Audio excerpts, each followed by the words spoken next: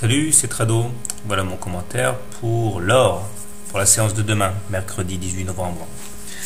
Alors, à la lumière de ce qui s'est passé aujourd'hui, on voit que l'intérêt pour l'or ne se dément pas, puisque la longueur de la mèche basse montre que les plus bas ont été massivement achetés. Et d'ailleurs, nous sommes en train de terminer sur les plus hauts, comme l'atteste l'absence de mèche haute. Bien.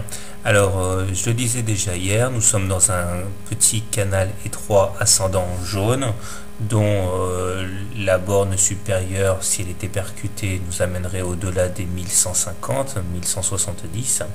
Entre-temps, bien sûr, il faudrait s'affranchir du haut du canal noir qui attend l'or vers les 1180. Les indicateurs techniques sont très bien orientés, mais c'est surtout du type de trade que je voudrais parler maintenant. En effet, nous sommes dans une configuration assez intéressante pour mener des trades techniques plutôt que graphiques, bien que les deux ne soient pas incompatibles. Lorsque le stochastique est au-dessus de son signal, et lorsque le MACD est au-dessus de son signal également, il y a une technique de trade qui consiste à dire que l'objectif dynamique est la Bollinger supérieure. Ça ne veut pas dire qu'elle va être atteinte, ça veut dire que c'est un objectif. Ça tourne aux alentours de 1155 demain. À l'inverse, c'est pas pour le gold, mais c'est juste pour avoir une idée. Lorsqu'on est en dessous de la M20 qui serait décroissante avec le stochastique et le MACD qui seraient en dessous de leurs signaux respectifs, et bien naturellement l'objectif serait d'aller chercher la Bollinger inférieure. Donc si on s'en tient à cette technique, on a l'objectif de demain qui est fixé. Ce serait invalidé en cas de cassure des signaux par le stochastique ou le MACD.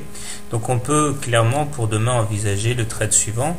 Si on est haussier, eh bien on peut acheter en espérant être le plus proche possible de la M7 et avoir donc pour objectif de toucher la Bollinger supérieure. Ça pourrait être intéressant. Le stop loss devra être posé en cas de clôture en dessous de la M7. A l'inverse, si on pense plutôt qu'il faille privilégier les trades baissiers, c'est très dangereux dans ce genre de configuration puisque nous sommes en tendance haussière. Mais bon, si on pense qu'il faille privilégier quand même les trades baissiers, on peut faire la supposition que le plus haut d'hier est un maximum, donc shorter avec un stop loss en cas de cassure des plus hauts d'hier.